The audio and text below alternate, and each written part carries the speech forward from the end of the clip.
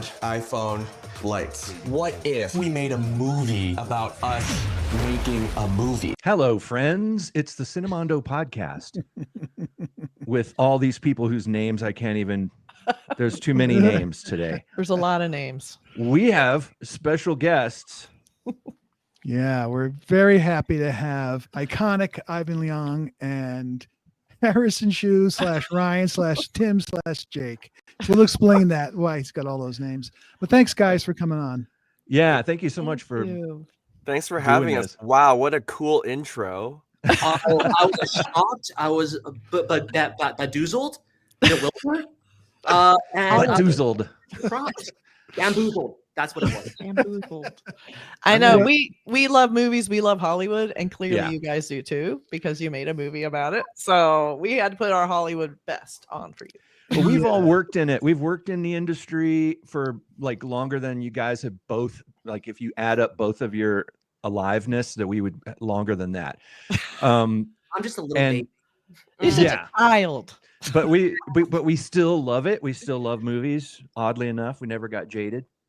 That's right.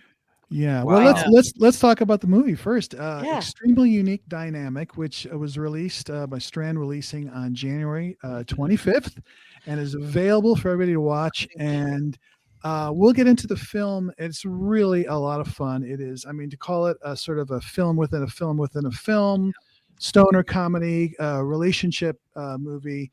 And there you see all the wonderful reviews. 100% on Rotten Tomatoes. You guys should be very proud of your work. Yeah. Yes. Wow, thank you. So good. Wow, we love movies so much that we made 3 movies in one. You did. Meta. Yeah. Yeah, so let's before we get into the actual film, because we're champions of independent filmmaking. We've all made films ourselves, short films, all independently.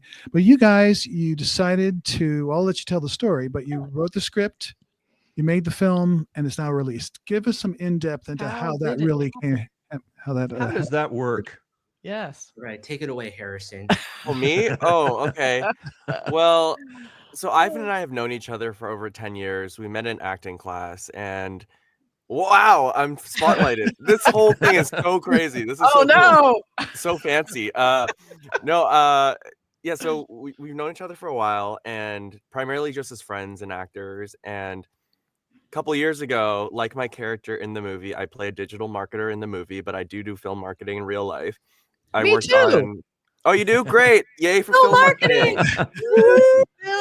I used to. Oh, good. Well, from a marketing perspective. We'll dig into that also. Yes, absolutely. But one of the movies that I worked on was called Winnie the Pooh, Blood and Honey. Ran the marketing campaign for that. And at the time, I needed help. So I asked Ivan to come and run the social campaign with me. And that was our first time professionally working together. And it was super fun. And in a way, it kind of was like a test run for future projects, because we were just copywriting together, like creating social posts and things like that. And we realized we worked really well together. We work we're both workaholics, but we care about different things. And workaholics. Yes. And we just got along really well, and we're like, wait, we're kind of funny together. And then I was about to move from LA to Canada, so we were like, well, why don't we make a movie together? And that kind of just became this film. Let's just make a movie. How hard can it be? That's exactly what happened. So you just picked up a camera that was laying around nearby and Oh no.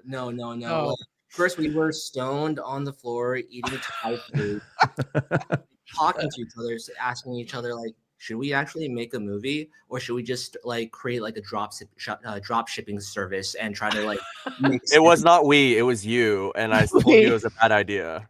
Oh yeah, he always drop shipping. Yes, the person that shoots down all my ideas is Harrison. He keeps keeping it real. Yeah, I'm you can call me Positive Polly, while Harrison is a realist Reagan. Oh, wow. Okay. There you go. Well, see, the thing is, I was like, Ivan, if you're going to throw money into a fire, you might as well do it by making a movie with me instead of creating a drop shipping company for Reed warm up. pieces. Okay, you're whatever they telling were. everyone about my ingenious idea. Oh God, now everyone's gonna do it. Yeah, So sorry. I'm sorry, but We yes. will cut that. Well, yeah, like we always wanted to work together, but we've never gotten to because like when you have two Asian guys in a friend group, it's kind of like, oh my God, it's like too many Asians. It's Oh, no. a movie now. And it's kind of, like interesting because like Asian American entertainment just basically started probably like 10 years ago, like mainstream wise and Fresh Off the Boat. And then once Fresh Off the Boat came out, then there was, Everything Everywhere All at Once, Shang-Chi, and Crazy Rich Asians, which really changed the game of seeing like, oh shit, Asian guys can be attractive as well with like nice jawlines, the nice six-pack abs. But like working as a working actor, because both of us are professional working actors, for the past like 10 years, there's not a lot of in betweenness so far yet. It's always the hacker, the nerd, the information pusher, or it leans all the way to the other side after Crazy Rich Asians with like the nice body, the smoking hot eyes, the Tell us more. But what about the regular guys in between? And we wanted to just create our own opportunity. Was that a good answer, Harrison? Why Tell are you me- asking for approval? Ivan loves validation from me, and Don't we all though? Extremely Kathy, when you work in marketing, there is one person that kind of delegates everything, and you kind of like get called out if you do like one little mistake. It's like, oh, Ivan, well, Yep. That's what Kathy does, actually. She is Right. that person. I'm the no. person who said Oh that. no, No, it's not true. It's not She true. is our director. I'm a creative director, but I'm a nice one. A nice one. I like Me to give too. validation. You're a creative director too? I like giving validation when it's Yeah. earned. It's earned. The marketing industry, as we know, is full of criticism, as is the film industry. It's all criticism. So I like to just bring in some positive with the criticism. Yeah. So it's basically what we do. Yeah. It's And like you that mentioned- passive aggressive thing. This is really great. really but can like we it. totally change everything about it? And just to throw it out there, I did the first few seasons key art for Fresh Off the Boat. Oh, cool. Right? The car one where they're hanging out of the car. Yep. Kind of Norman Rockwell. Yeah. That was one of my. That's awesome. It was so fun to work on. They were so cool, and I was thrilled to see the cameo. Should we spoil it? Who's Hudson Yang? in there? Sure. Yeah. Love that he was in that. Love that. Yeah. He's grown so much since you last worked with him, probably. I was like, is that him? Wow. Okay. More than I am. So good. So, okay, so you guys are working in marketing, you're working on drop shipping. You go, hey, instead of that, let's try this. So then tell us how it goes through. I'm endlessly fascinated with how movies come together. And you guys did such a great job just making it happen. So tell us more. Well, I feel like when people ask us like how this came about, it wasn't like something that we had always envisioned doing together. It kind of just was a spur of the moment thing. Like after working on Winnie the Pooh, we were just talking and we were like, what if we just made a movie? And then we were spitballing ideas, and I don't remember exactly how it got to the meta, but I do know like one of my favorite musicals of all time is called Title of Show, and it's about people making a musical about making a musical about making a musical. And we were like, well, no movie's gone that meta, so like that's like a big inspiration for the meta part of it. But then they always tell you write what you know, and for us, like, we took that very literally, but also we heightened our characters and created a lot of additional like conflict and circumstances. But yeah, Ivan. Oh. And I just wanted to talk about feelings and our friendship and have a nice, intimate Duplass brothers, skeleton twins moment. And with our powers combined, we are heroic and better than Duplass. Aha! No, don't say that to Boss Mark. Exactly. Well, I love him. But well, the thing that people really want to know when you make a movie, everybody I mean, when you work on films, you are around films, you're promoting them, you know how you witness how they get born and all that. And a lot of people see all that. They see the process and they go, I could do that. It's kind of like this realization. It's like, it's not this thing that's completely out of our reach. I could write a script, and you have all these thoughts and you're like, I could be an actor. I could do, and what people really want to know when you make a film, you're telling us the origin story. What the people really want to know is, how did it go from there to being a finished film? Yes. Did you write a script? Did you come up with a concept? Was it a pitch? Did you pitch something to someone? How was it born? Tell us your secrets. Yeah.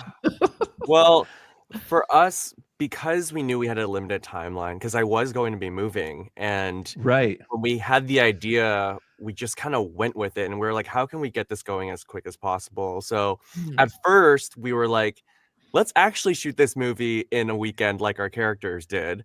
And we were initially going to just self-finance it for a very tiny amount. And then we brought more people on board, and then the idea grew and it grew and it grew, and it became what the movie is. But a big part of why we were able to move so quickly is we did ultimately self-finance the film. Ivan and I split the cost of it. And the script itself came together super quickly. We had the outline done the next day, and then from there we had an initial scriptment done in 2 weeks after that. And our script's actually only about 28 pages, so it has how each scene starts, how it ends, and certain lines of dialogue that we absolutely wanted to hit, and then questions that we could ask each other to prompt certain responses or topics that we wanted to talk about. So there was a lot of improv in the film, and how we did it was we cross shot with 2 cameras, and we would roll 8 to 10 minute takes where we would just riff off of each other. Nice. Okay. That's smart. That's what the Duplass brothers do with some of their scripts. Their scripts are only about 30 pages, and they sort of beginning and end. And that's really smart, especially since you know each other very well. You sort of can play each other, off each other. So that's a really smart way of doing it. I also think the fact that you're going to move to Canada sort of gave you this impetus. Like, we have to do this, because a lot of people will write a script, and then it just sort of lays there because you don't have the impetus to try to find the money or, find the crew and do that. So you had that, and you shot it in like 5 days, right? Yeah, we shot it super quickly. And like, I'm totally guilty of the script thing too. Like, I've had 3 finished scripts that have been sitting there forever, and I feel like sometimes momentum really is everything, and just having your own self-imposed timelines, because we had the momentum. We were just like, all right, we're going with it, and we have a deadline to do this, so we can't overthink things. So we just kept going. But I think we've all, as filmmakers, fallen into the trap of trying to perfect this thing forever, and it just never like is wait good for the enough. right moment. Exactly. And you kind of just let the ship sail, and then you're on to the next thing, or life happens. And but it's also gutsy. I'll send this to Ivan, like, actually taking some of your own money and putting it in, because there's no guarantee that you'll ever see that money again. It's not the greatest investment financially. It's an investment in your life, an investment in your creativity. So was that sort of hard, saying, hey, whatever the amount was, like coming up with that and saying, I'm going to just put this into this movie and let's see how it goes? Was that sort of a challenge for both of you?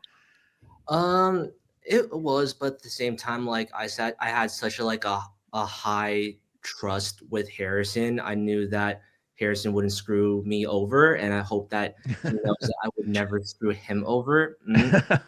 But there's a saying, called ignorance is bliss, and I did not know. We thought that it was going to be this amount of money, and then it snowballed into more, and then it's exactly what we tell all filmmakers to not do. And that's why you have a producer to say, this is how much you can spend. But we did not really do that. And this class, and luckily it just really worked out in our favor.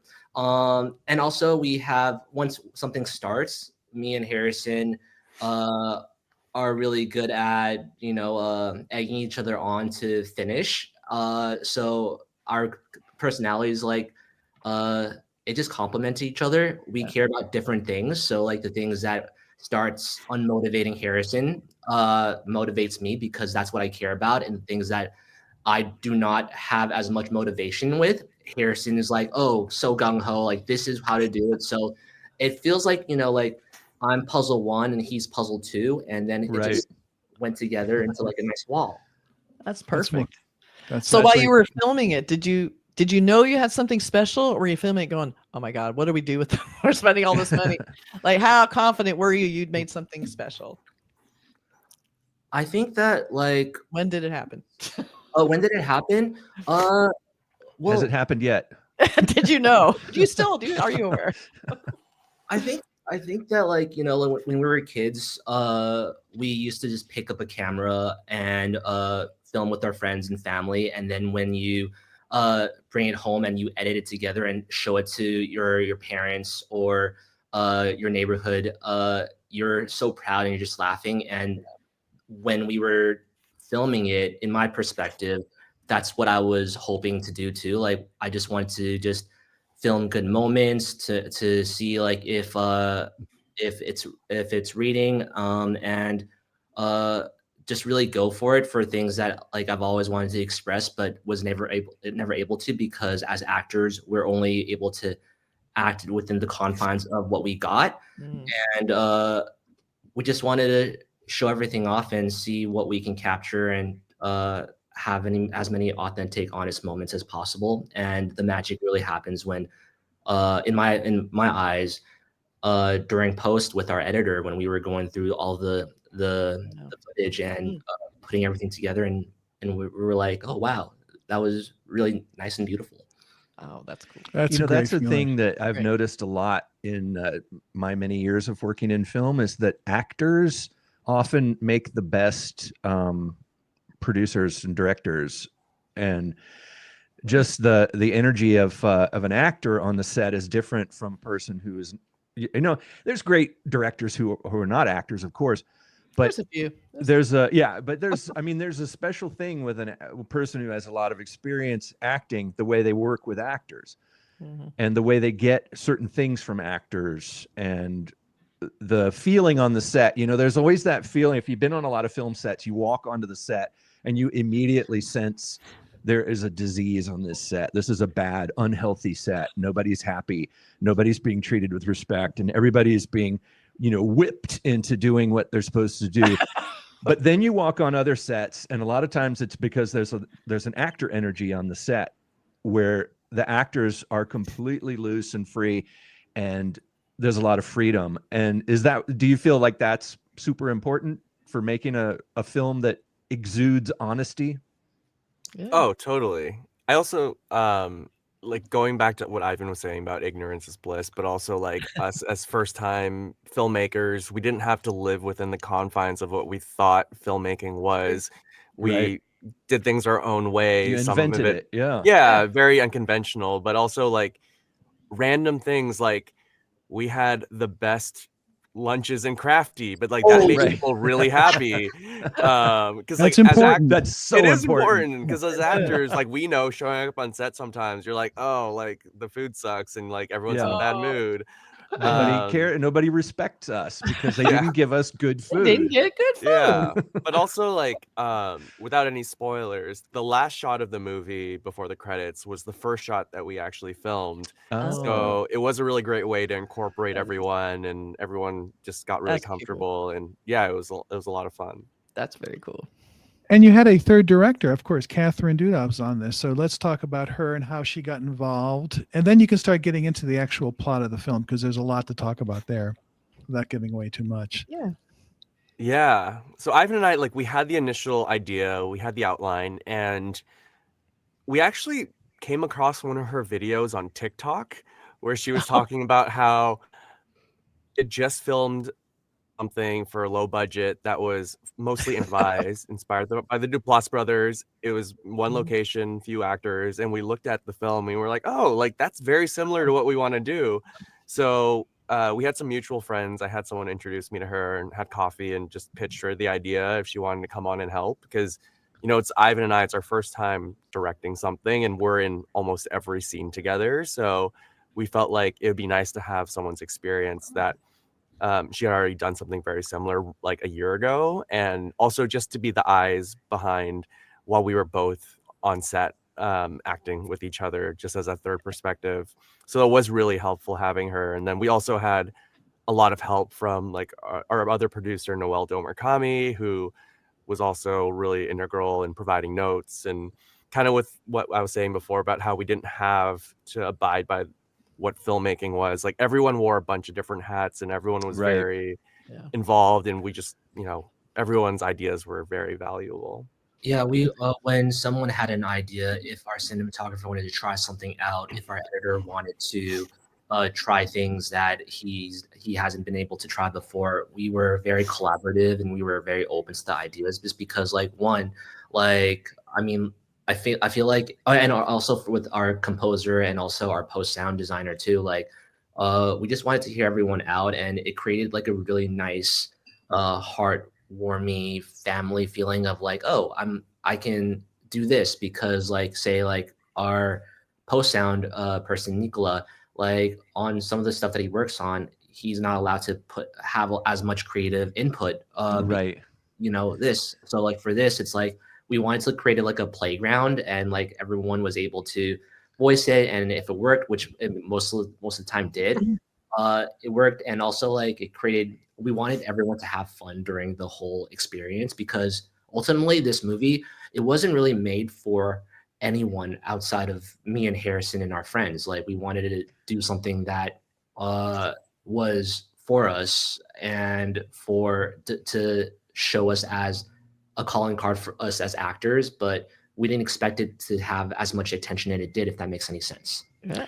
I think that's brilliant. That's brilliant independent filmmaking. You guys have a family. It's a collective. Everybody's involved, having a good experience. It has to be a good experience, and it shows in the film.